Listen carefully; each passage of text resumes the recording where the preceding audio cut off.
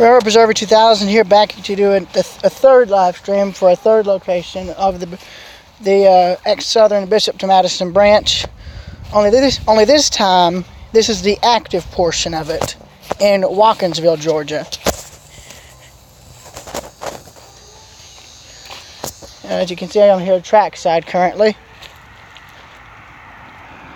And that person is trespassing on railroad property.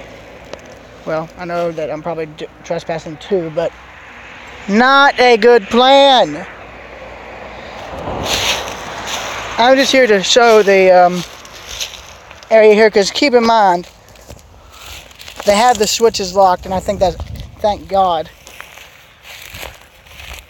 Yeah, this is the portion of trackage that's active, but they only use it for storage, as evident by these log or center beam or flat cars, or whatever type of flat car they are that are stored here. Now, when I was younger, my dad and I would come up here and just walk these tracks when they didn't have any trains running. A lot of my early memories with him were here. That used to be a lumber yard. It's been closed for years now. But I remember he and I always came up here to walk these tracks whenever there was nothing running.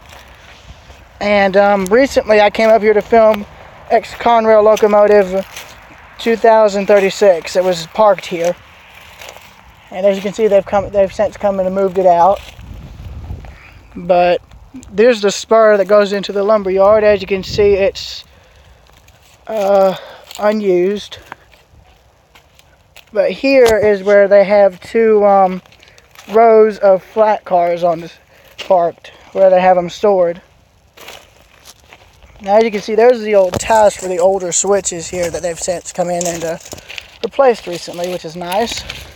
See, I'm just going to look at a date. Let's see here. Dates are 1966 was when this was first put in. And again, built by Bethlehem Steel. And the rail looks new too, I think, judging by how this looks. Well, it's either new or they recently had stuff moving around on them. But as you can see, there's the two rows of flat cars. And I remember very vividly that there was three train cars here before on this spur. There was two box cars and one flat car, and I had my picture taken in one of the box cars where the door was open. But yeah. I also remember once they had tons of old spikes and tie plates they were getting ready to scrap, a lot piled up out here. They've since hauled those off. And I remember when I was really little, my dad and I walked up here and they had a short freight consist that they parked up here. It had an ex-Union Pacific diesel hooked onto the mix, along with the railroad's own locomotive. Now, keep in mind, like I said, this is the portion that's active, but you can see through the sun there's nothing but long lines of storage cars. And that's essentially what this stretch of track has been used for now lately, is just storage. The only real freight they could haul is all the way in Madison, where there's a lumber mill that serves the tracks. But right here's pieces of the older switch assembly that are here. Which, as I can see, a rail has broken. If you look here, either that or they cut it with a torch. They probably cut it with a torch. But this is what they would have used.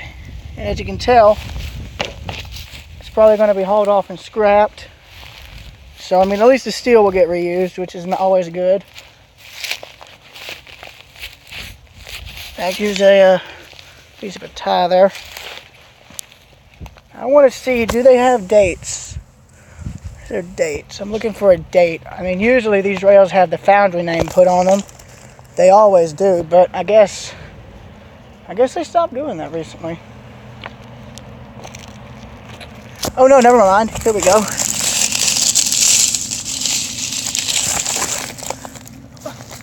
That can't be a patent number. Look at the date.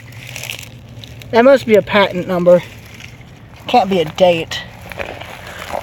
A rail from 1917 wouldn't last very long. I mean, well, then again, it might.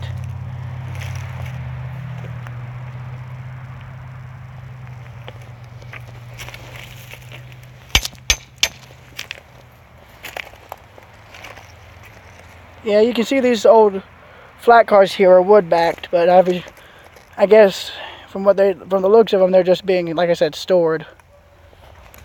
That's pretty much the end of the video that I was doing. So yeah, till next time, and in the words of the Terminator himself, I still love you, baby.